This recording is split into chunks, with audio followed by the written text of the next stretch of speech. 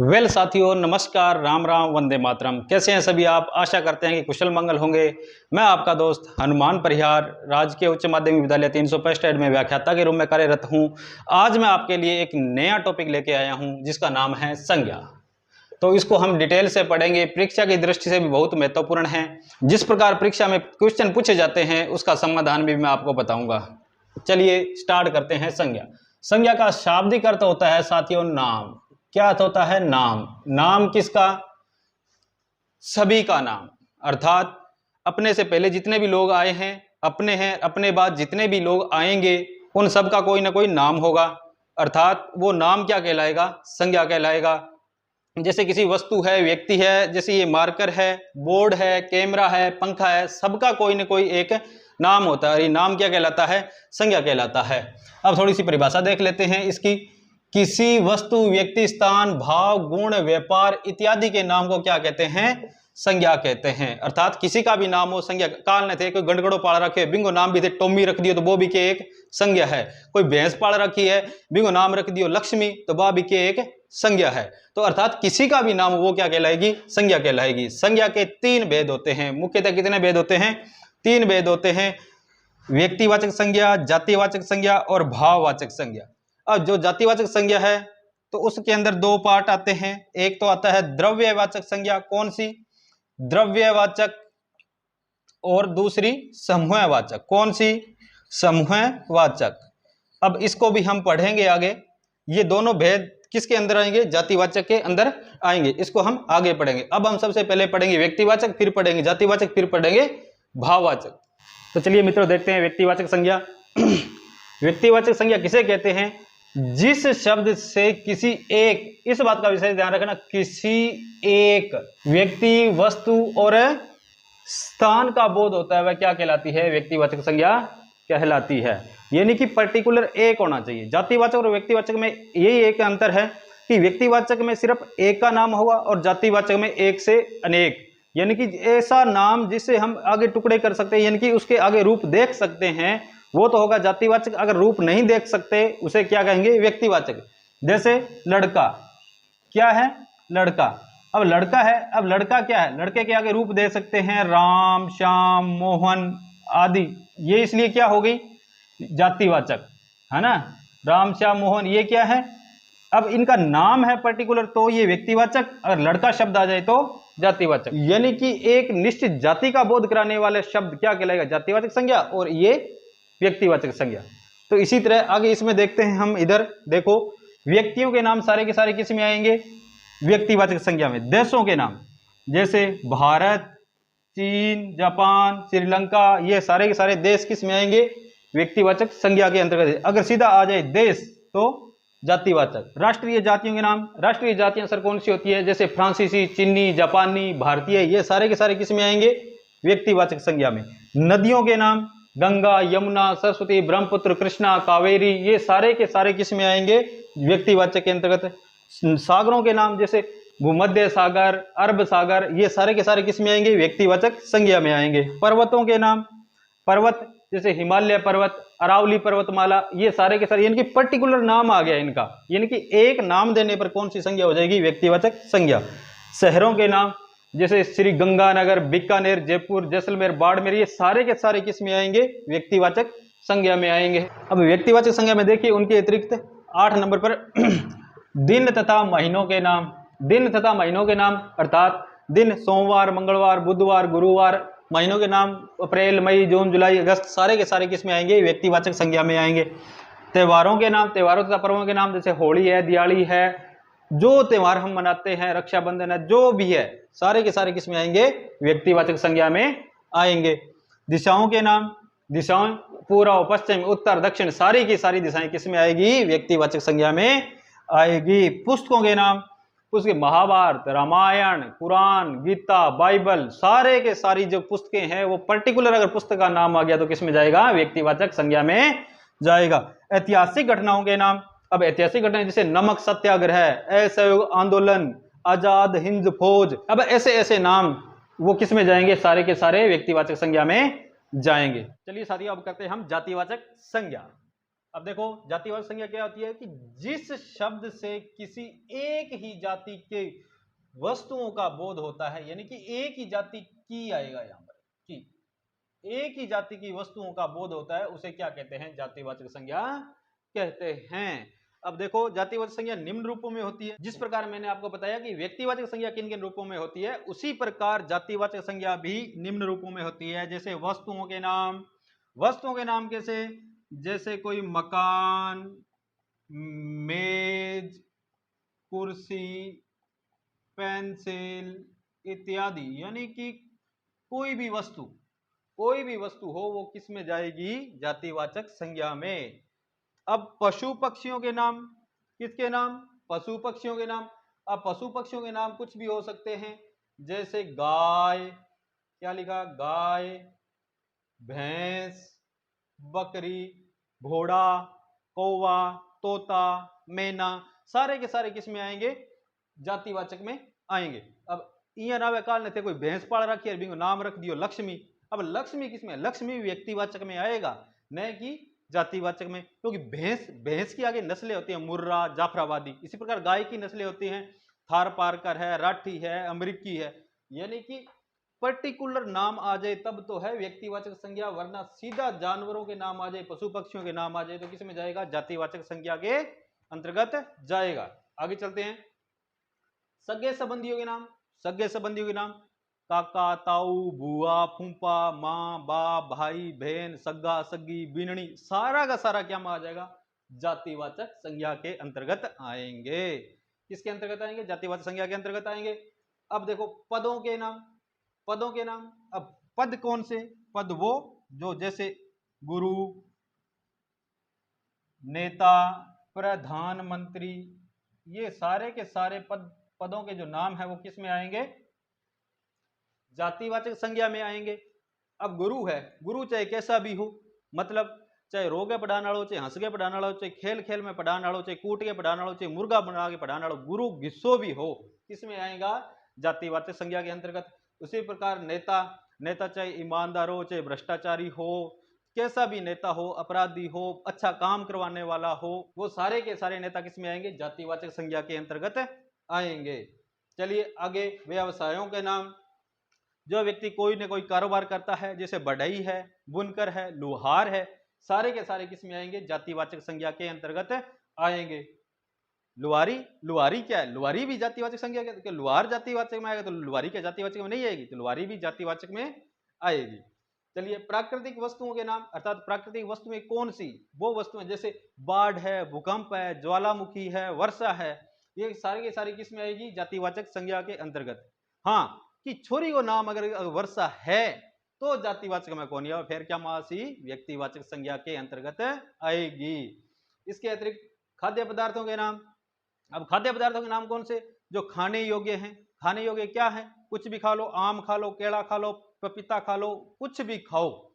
खाने यानी कि अन्न का कोई नाम आ गया, अनाज का नाम आ गया, जैसे गेहूं है, तो क्या है? किस में आएगा? जातिवाचक संज्ञा के अंतर्गत। और ये सबसे इंपॉर्टेंट वस्त्रों के नाम, क्योंकि आजकल तो पता नहीं इतने सारे वस्त्र चल गए हैं महिलाओं के कि नाम का ही पता नहीं। घर वालों को कहते हैं कि मेरे को ये चाहिए, घर वालों को बेचारों को नाम ही पता नहीं होता कि ये होता क्या है। तो यहाँ पर तो अब क्या नाम बताएं? तो वस्त्रों के नाम ओढ़ने पहनने योग्य जो वस्त्र है, टी शर्ट है, स्कर्ट है, पैंट है, कुर्ता है, पजामा है, प्लाजा है, सब के सब किस में आएंगे? जातिवाचक संज्ञा के अंतर्गत आएंगे। अब जातिवाचक संज्ञा के अंतर्गत दो भेद होते हैं, जैसे द्रव्यवाचक और समूहवाचक, उसको पढ़ते हैं। देखिए जातिवाचक संज्ञा, जातिवाचक संज्ञा के कितने उपभेद? दो उपभेद। कितने उपभेद? दो उपभेद। कौन कौन से? द्रव्यवाचक और समूहवाचक। द्रव्यवाचक में क्या होता है? द्रव्यवाचक जैसे ठोस, द्रव और गैस, ठोस, द्रव और गैस। अब देखो एक होता है द्रव और एक होता है द्रव्य, दोनों में अंतर है। जिस प्रकार वन और वन्य, वन में केवल पेड़ पौधे आएंगे। क्या आएंगे? वन में केवल पेड़ पौधे आएंगे। वन्य में सभी प्रकार के जानवर भी इसमें शामिल होंगे, जैसे कहते हैं वन्य जीव अभ्यारण्य। ठीक है। उसी प्रकार देखो द्रव्यवाचक संज्ञा, द्रव्यवाचक संज्ञा में कहते हैं स्टील, लोहा, पीतल, ठीक है। इससे क्या बनते हैं, बर्तन बनते हैं। क्या बनते हैं, बर्तन बनते हैं। इसलिए ये किस में आएगा, जातिवाचक संज्ञा के अंतर्गत आएगा। आपने कहीं देखा है क्या, लोहो, स्टीलो, पितलो, ऐसा नाम नहीं आता, सीधा आता है पीतल का बर्तन, लोहे का बर्तन, है ना। इसी प्रकार जैसे लकड़ी, लकड़ी से क्या बनता है, लकड़ी से फर्नीचर से जैसे मेज कुर्सी आदि बनाए जाते हैं। तो ये मेज कुर्सी ये भी जातिवाचक में, लकड़ी, लकड़ी शब्द किस में आएगा, जातिवाचक संज्ञा के अंतर्गत आएगा। अब देखिए प्लास्टिक, प्लास्टिक से क्या बनाए जाते हैं, खिलौने बनाए जाते हैं। तो प्लास्टिक किस में आएगा, प्लास्टिक भी जातिवाचक संज्ञा के अंतर्गत आएगा। ऊन, ऊन से स्वेटर वस्त्र बनते हैं ना, स्वेटर जैसे सर्दी के मौसम के जो वस्त्र बनते हैं वो किससे बनते हैं, ऊन से बनते हैं। तो ऊन शब्द भी किस में जाएगा, जातिवाचक संज्ञा के अंतर्गत आएगा। सोना चांदी अंग तो पूछो ही ना, लुगाइया सारा ज्यादा ठाव है, क्यों, क्योंकि आऊं सारा ज्यादा आभूषण बने, अन सोनो चांदी देगे कितनी राजी रख लो, ठीक है। तो ये क्या है कि सोना चांदी जो है वो भी किस में आएगा, जातिवाचक संज्ञा के अंतर्गत आएगा। अब समूहवाचक देख लेते हैं थोड़ा, जैसे दरबार। समूहवाचक में क्या होता है, एक से अधिक की संख्या होती है, जातिवाचक में भी एक से अधिक, एक से अधिक किस में जाएगा, एक से अधिक का जो जातिवाचक में जाएगा। तो अब ऐसा नहीं है कि एक आदमी बैठ गया, हाँ जी लो बाबा जी का दरबार लग गया है, ऐसा थोड़ी ना होता है ना। जैसे सभा, कक्षा, सेना, टीम, भीड़, दल। अब एक आदमी पहुंचा कहीं, हाँ लो भीड़ होगी जी, ऐसा एक आदमी से भीड़ थोड़ी ना होती है। भीड़ यानी कि असंख्य लोग, दल, टोली, ये सारे के सारे शब्द किस में आएंगे, समूहवाचक संज्ञा के अंतर्गत आएंगे। और समूहवाचक संज्ञा है वो किसके अंतर्गत आएगी, जातिवाचक संज्ञा के अंतर्गत आएगी। चलिए साथियों अब आगे हम करते हैं भाववाचक संज्ञा। पहले परिभाषा देख लेते हैं, किसी पदार्थ के गुण, दशा, व्यापार आदि का बोध कराने वाले शब्द क्या कहलाते हैं, भाववाचक संज्ञा शब्द कहलाते हैं। अब देखो भाववाचक संज्ञा की सबसे अच्छी ट्रिक ये है कि भाववाचक संज्ञा को हम ना तो देख सकते हैं ना छू सकते हैं, केवल केवल क्या कर सकते हैं, महसूस कर सकते हैं। क्या कर सकते हैं, महसूस कर सकते हैं। वहां पर क्या होगी, भाववाचक संज्ञा। यानी कि ऐसा कोई शब्द अपने सामने आ गया जिस शब्द को हम ना तो देख सकते हैं ना सुन सकते हैं, केवल और केवल क्या कर सकते हैं, महसूस कर सकते हैं, वो क्या कहलाएगी, भाववाचक संज्ञा। अब कुछ उदाहरण दिए गए हैं, देखो। गुण, गुण जैसे पशुता, मानवता, देवता, कर्मठता। जैसे पशुता, कोई व्यक्ति पशुओं की तरह व्यवहार करता है तो उसे कहते हैं कि पशुओं की तरह लाग रही है, पशुता। किसी मनुष्य के अंदर अगर पशुता जले। मानवता यानी कि परोपकार करता है कोई व्यक्ति के, यार मानव बढ़िया है, अच्छा व्यक्ति है, यानी कि मानवता का धर्म निभा रहा है। देवता, कर्मठता यानी कि कोई व्यक्ति बड़ा मेहनती है तो कहते हैं ना उसका गुण है, क्या गुण है कि कर्मठ है वो व्यक्ति, है ना। तो कर्मठता, कर्मठ और कर्मठता। अब जैसे दशा, बुढ़ापा, जवानी, रोग, ये क्या है, भाववाचक संज्ञा। अब जैसे बुढ़ापा, बुढ़ापा जैसे व्यक्ति बूढ़ा हो जाता है, सफेद बाल आ जाते हैं तो हम महसूस करते हैं कि ये बूढ़ा हो गया, यानी कि पकड़ नहीं सकते, छू नहीं सकते। अगर किसी को पकड़ेंगे तो बूढ़े आदमी को पकड़ सकते हैं, परंतु बुढ़ापा एक महसूस करने वाली उम्र है, उसको हम पकड़ नहीं सकते। इसी प्रकार जवानी। अब देखो जवान, जवान को हम पकड़ सकते हैं, जवान कोई व्यक्ति है उसको हम पकड़ सकते हैं, परंतु जवानी, जवानी उसके हाव भाव, उसके शरीर को देखकर कह सकते हैं कि यार, अब कई बार कहते हैं कि ज्यादा जवानी चढ़ गई, तो वो जवानी यानी कि वो महसूस करने वाली चीजें हैं। रोग, रोग क्या है, देख सकते हैं, बुखार है पकड़ नहीं सकते, जुकाम है पकड़ नहीं सकते, पेट दर्द हो रहा है महसूस कर सकते हैं कि अंदर से दर्द हो रहा है। जैसे व्यापार, व्यापार दौड़, पढ़ाई, लिखाई, हंसी, ये सारे के सारे क्या है, भाववाचक संज्ञा। ये हंसी नहीं कि वो देखकर हंसी, ये हंसी हंसना, हंसने वाली हंसी है ये। इसी प्रकार जैसे मनोभाव, क्रोध, स्नेह, प्रेम, घृणा, ईर्ष्या, संयोग, वियोग आदि क्या है, भाववाचक संज्ञा।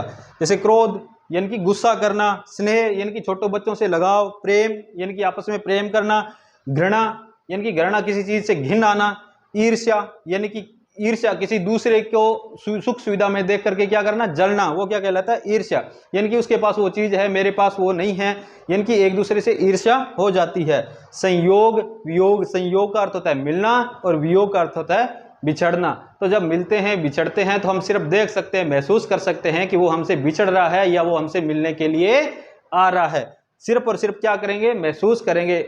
इसके बाद जैसे घृणा है, तो घृणा क्या है, घृणा कई बार कहते हैं आई हेट यू, यानी कि वो घृणा करते हैं, हम यानी कि आपको पसंद नहीं करते, हम आपसे क्या करते हैं, नफरत करते हैं। अब देखो ये भाववाचक संज्ञा है। भाववाचक संज्ञा क्या होता है कि भाववाचक संज्ञा 5 प्रकार से बनाई जाती है। कितने प्रकार से बनाई जाती है, 5 परीक्षा में यही पूछा जाता है आपसे, कितने प्रकार से बनाई जाती है, 5 प्रकार से बनाई जाती है। कौन कौन से, एक तो जातिवाचक संज्ञा से, एक सर्वनाम से, एक क्रिया से, एक विशेषण से और एक अव्यय से। इन पांचों से क्या बनाई जाती है? भाववाचक संज्ञा बनाई जाती है। अब आपसे पूछ लिया जा सकता है कि इस सर्वनाम का भाववाचक संज्ञा बनाओ, इस विशेषण की भाववाचक संज्ञा बनाओ, इस क्रिया की भाववाचक संज्ञा बनाओ। तो ऐसे क्वेश्चन आपको परीक्षा में देखने के लिए मिलेंगे। तो चलते हैं, हम देखते हैं कि किस प्रकार जातिवाचक, सर्वनाम, विशेषण, क्रिया और अव्यय से भाववाचक संज्ञा का निर्माण होता है। चलिए साथियों, देखते हैं कि परीक्षा में किस प्रकार के प्रश्न पूछे जाते हैं। देखिए, मैंने आपको बताया कि 5 प्रकार के शब्दों से भाववाचक संज्ञा का निर्माण होता है। जातिवाचक संज्ञा से भाववाचक संज्ञा, सर्वनाम से भाववाचक, विशेषण से भाव, क्रिया से भाव और अव्यय से भाववाचक संज्ञा। चलो देखते हैं। अब मित्र है, मानव है, शिशु है, व्यक्ति है, बच्चा है, यहां तक तो मैं आपको बताऊंगा। आगे जहां पर लाइन खींचिए, नीचे आपको कमेंट में बताना है कि इसका आगे भाववाचक संज्ञा क्या होगा। जैसे मित्र से मित्रता, मित्र से क्या होगा? मित्रता। मानव से मानवता, अर्थात भाववाचक संज्ञा बनाते समय कोई न कोई प्रत्यय अवश्य लग जाता है या पूरा शब्द ही बदल जाता है। कई बार रेयर चांस में बदल जाता है, परंतु प्रत्यय लग करके भाववाचक संज्ञा का निर्माण होता है। शिशु से शिशुत्व, शिशु से क्या हो जाएगा? शिशुत्व। व्यक्ति से व्यक्तित्व, तव प्रत्यय लग गया इन दोनों में, ऊपर ता प्रत्यय लग गया। बच्चा से बचपन, बच्चा से बचपन। अब देखो, लड़का है, पुरुष है, देव है, जवान है, इसका भाववाचक क्या होगा वो आपको बताना है। देखिए, सर्वनाम से भाववाचक संज्ञा कैसे बनती है? मम से ममता। वही, अब देखो, ये ममता वो लड़की का नाम नहीं है। यहाँ पर लड़की का नाम आते ही क्या हो जाएगा? व्यक्तिवाचक में चला जाएगा। एक माता की शिशु के प्रति होती है ममता, वो ममता है ये, न कि किसी लड़की का नाम। अब स्व से स्वतव क्या हो जाएगा? स्वतव। यहां भी क्या प्रत्यय लग गया? तव, स्वतव। सर्व से सर्वस्व क्या हो जाएगा? यहां पर स्व प्रत्यय लग गया, सर्वस्व। आप से, निज से, अपना से, एक से। इससे आपको बताना है कि इसका भाववाचक क्या होगा। आप से, निज से, अपना से और एक से, ये सारे के सारे क्या हैं? सर्वनाम है। इनकी भाववाचक संज्ञा क्या होगी वो आपको कमेंट में बतानी है। चलिए आगे चलते हैं। विशेषण, विशेषण किसे कहते हैं? जिस शब्द से किसी संज्ञा या सर्वनाम की विशेषता बताई जाए उसे क्या कहते हैं? विशेषण कहते हैं। विशेषण को डिटेल में जब करेंगे तब पढ़ेंगे। चलिए, मीठा से मिठास या मीठापन होगा, मिठास या मीठापन। खट्टा से खटास या खट्टापन। मोटा से मोटापन, पतला से पतलापन। सुंदर से क्या होगा? सुंदरपन नहीं होगा, सौंदर्य होगा। सुंदर से सौंदर्य क्या हो जाएगा? सुंदर से सौंदर्य, सौंदर्य। चलिए आगे चलते हैं। क्रिया से। अब क्रिया, उठना, बैठना, लड़ना, झगड़ना, सोना, पीना, उछलना, कूदना, नाचना, बैठना, सारी की सारी क्या है? क्रिया है। इनसे क्या बनती है? भाववाचक संज्ञा का निर्माण होता है। चलिए देखते हैं। पढ़ना से पढ़ाई, पढ़ना से पढ़ाई। थकना से थकावट क्या हो जाएगी? थकावट। उड़ना से उड़ान, उड़ना से क्या हो जाएगा? उड़ान, यानी कि इसको हम महसूस कर सकते हैं। भाववाचक संज्ञा मैंने आपको बताया, ना तो देख सकते हैं, ना छू सकते हैं, और केवल क्या कर सकते हैं? महसूस कर सकते हैं। पढ़ाई को महसूस कर सकते हैं, थकावट को महसूस कर सकते हैं, उड़ान को महसूस कर सकते हैं। अब देखो, चिल्लाना, चिल्लाना का क्या होगा? चिल्लाना, चिल्लाना यानी कि चिल्लाहट। गड़गड़ाना, गड़गड़ाहट। इसी प्रकार आप दौड़ना, बोलना और लिखना, इनका कमेंट में बताएंगे कि इन क्रियाओं की भाववाचक संज्ञा क्या होगी। चलिए आगे अव्यय से देखते हैं।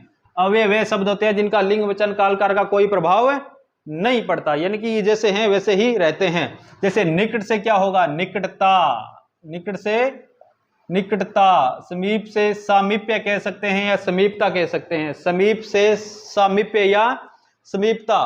वाह वाह से क्या होगा? वाह वाह से क्या होगा? दूर से क्या होगा? शाबाश से क्या होगा? इन तीनों का आप हमें कमेंट में बताएंगे कि इन तीनों की भाववाचक संज्ञा क्या होगी। अब देखिए, परीक्षा में मुख्यतः यह पूछा जाता है कि व्यक्तिवाचक संज्ञा और जातिवाचक संज्ञा, व्यक्तिवाचक संज्ञा से जातिवाचक संज्ञा का निर्माण कैसे होता है और जातिवाचक से व्यक्तिवाचक का निर्माण कैसे होता है, व्यक्तिवाचक से जातिवाचक का निर्माण कैसे होता है। कई बार जातिवाचक होते हुए भी संज्ञा क्या हो जाती है? व्यक्तिवाचक हो जाती है। कई बार व्यक्तिवाचक होते हुए भी क्या हो जाती है? जातिवाचक हो जाती है। कैसे हो जाती है? देखिए, अब एक इधर लिखे हम जातिवाचक, जातिवाचक से कौन सी, व्यक्तिवाचक, जातिवाचक से व्यक्तिवाचक, और व्यक्तिवाचक से क्या बन जाती है कई बार, जातिवाचक, व्यक्तिवाचक से क्या बन जाती है, जातिवाचक। अब देखो ये क्या बनेगी सर, ये कैसे बनेगी, ये कंफ्यूज करता है, व्यक्तिवाचक से जातिवाचक। अब इसको हम देखेंगे डिटेल में। जातिवाचक, अब देखो जातिवाचक, व्यक्तिवाचक। जातिवाचक में क्या होता है, एक समूह का बोध होता है। किस चीज का बोध होता है, एक समूह का बोध होता है, जबकि व्यक्तिवाचक में एक व्यक्ति विशेष का बोध होता है। जातिवाचक, अब जैसे मैंने यहाँ एक नाम लिखा चेतक, घोड़ा। अब घोड़ा क्या है, जातिवाचक है, घोड़ा क्या है, जातिवाचक है। अब इसका व्यक्तिवाचक कैसे बनाएंगे। अब घोड़ा मैंने आपको बताया कि किस संज्ञा में आता है, जातिवाचक संज्ञा में आता है। पशु पक्षियों के नाम सारे के सारे जातिवाचक संज्ञा में आते हैं, घोड़ा भी क्या एक पशु है, तो किस में आएगा, जातिवाचक संज्ञा में। अब इसका व्यक्तिवाचक संज्ञा कैसे बनाएंगे कि हमारी सेना के पास क्या है, हमारी जो सेना है उनके पास क्या है, बहुत सारे चेतक हैं। हमारी सेना के पास बहुत चेतक हैं, बहुत सारे चेतक हैं, क्या है, बहुत सारे चेतक हैं। अब देखो चेतक क्या है, चेतक शब्द आ गया ना यहाँ पर। अब चेतक जातिवाचक व्यक्तिवाचक है, चेतक शब्द क्या है, चेतक एक महाराणा प्रताप का घोड़ा है, एक है, इसलिए व्यक्तिवाचक है। परंतु क्या है, यहाँ पर व्यक्तिवाचक न होकर के जातिवाचक आएगा, चेतक घोड़े के लिए प्रयुक्त हुआ। हमारी सेना के पास बहुत सारे चेतक हैं, यानी कि बहुत सारे घोड़े हैं, इसलिए जातिवाचक से क्या बन गया, व्यक्तिवाचक बन गया। जातिवाचक से क्या बन गया, व्यक्तिवाचक बन गया। इसी प्रकार मैं यह एक नाम लिखता हूं विभीषण, क्या लिखा, विभीषण। इसी तरह लिखा मैंने हरिश्चंद्र, क्या लिखा, हरिश्चंद्र। अब है तो ये व्यक्तिवाचक संज्ञा, क्या है, व्यक्तिवाचक संज्ञा है, परंतु वाक्य में किस प्रकार प्रयुक्त होता है वो देखना है। उसके नीचे अंडरलाइन करके दे देता है कई बार, रेखांकित पद में कौन सी संज्ञा है, तो हमें पता नहीं पड़ती है। जैसे हमारे देश में विभीषणों की कमी नहीं है, हमारे देश में विभीषणों की कमी नहीं है, तो क्या लिखेंगे, ये लिखेंगे जातिवाचक संज्ञा। कौन सी संज्ञा, जातिवाचक संज्ञा। विभीषण किसके लिए प्रयुक्त होता है, घर के भेदी के लिए, घर के भेदी के लिए किसका प्रयोग होता है, विभीषण के लिए। अब देखो हरिश्चंद्र, अब कह देते हैं ना कि तू बड़ो हरिश्चंद्र बने, यानी कि हरिश्चंद्र किसके लिए प्रसिद्ध है, सत्यता के लिए। किसके लिए, सत्यता के लिए, सत्यवादी थे ये, कौन, हरिश्चंद्र। अपना पूरा परिवार बिकवा दिया था, खुद भी बिक गए थे, इसलिए कहते हैं कि तू बड़ो हरिश्चंद्र बने, अर्थात सत्यवादी। अब कहते हैं कि हमारे सेना में बहुत से सैनिक हरिश्चंद्र हैं, हमारी सेना में बहुत से सैनिक क्या हैं, हरिश्चंद्र हैं। अब हरिश्चंद्र तो यहाँ पर तो व्यक्तिवाचक है, परंतु बहुत से सैनिक हरिश्चंद्र है, अर्थात बहुत से सैनिक ऐसे हैं जो हमेशा सत्य बोलते हैं, झूठ का साथ कभी नहीं देते। जैसे नॉर्मल घरों में ही बात करते हैं कि तू बड़ी सती सावित्री है, तो सती सावित्री यानी कि सावित्री क्या है, एक व्यक्तिवाचक संज्ञा है, परंतु उसका नाम लेकर के क्या कह देते हैं कि आजकल हमारे परिवार में अनेक स्त्रियां सती सावित्री है, या प्रत्येक घर में लक्ष्मी का वास है, या यूं कहें कि प्रत्येक परिवार में लक्ष्मी का वास होता है। प्रत्येक घर में किसका वास होता है, लक्ष्मी का वास होता है। तो वहां पर लक्ष्मी व्यक्तिवाचक न होकर के क्या हो जाएगी, जातिवाचक संज्ञा हो जाएगी। तो साथियों आज का हमारा टॉपिक हुआ कंप्लीट। मिलते हैं नेक्स्ट वीडियो में अगले टॉपिक के साथ, तब तक के लिए नमस्कार, राम राम, वंदे मातरम।